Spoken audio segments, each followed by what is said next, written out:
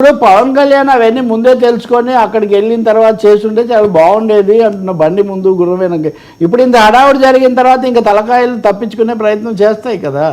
ఇప్పటికైనా కానీ మీరు ఓపెన్గా ట్రాన్స్పరెంట్గా చేయండి. ఇంకా దాని గురించి ఉన్నాయా లేదా బుర్ర పగలు కొట్టుకోవడం ఎందుకు.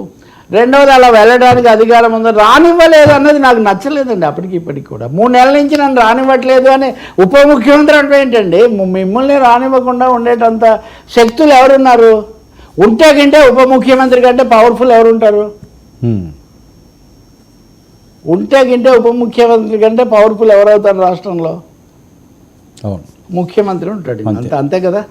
అంటే విధికి ఈయన గురించి అన్నారా లేకపోతే వేరే ఏమన్నా? నేను ఈయన గురించి అన్నాడని నేను చెప్పడం లేదు. ఆ మాట మీరు అంటున్నారంటే ఆ మాఫియా మీకంటే పవర్ఫుల్ అంటున్నారు. రెండు తప్పే, రెండు కూడా ప్రమాదమే కదా. అవును. అంటే ఢిల్లీ ఇన్వాల్వ్మెంట్, కేంద్ర ఇన్వాల్వ్మెంట్ ఉందని కొన్ని వార్తలు మాట్లాడితే మనకు అమిత్ షా, మోడీ మనకు చాలా ఇది రాత్రి ఫోన్ చేశారు లేకపోతే చాలా ఇది అంటుంటారు కదా. మిమ్మల్ని కాదని ఢిల్లీని ఇన్ఫ్లుయెన్స్ చేసేటంత శక్తులు అక్కడ ఉన్నాయా?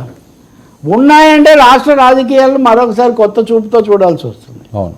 అంటే ఇందులో చిక్కుముళ్ళు ఎక్కువ ఉన్నాయండి. అందుకే నేను లేదు, పవన్ కళ్యాణ్ చంద్రబాబు నాయుడు సంబడి కమ్మని క్లియర్ ది ఎయిర్.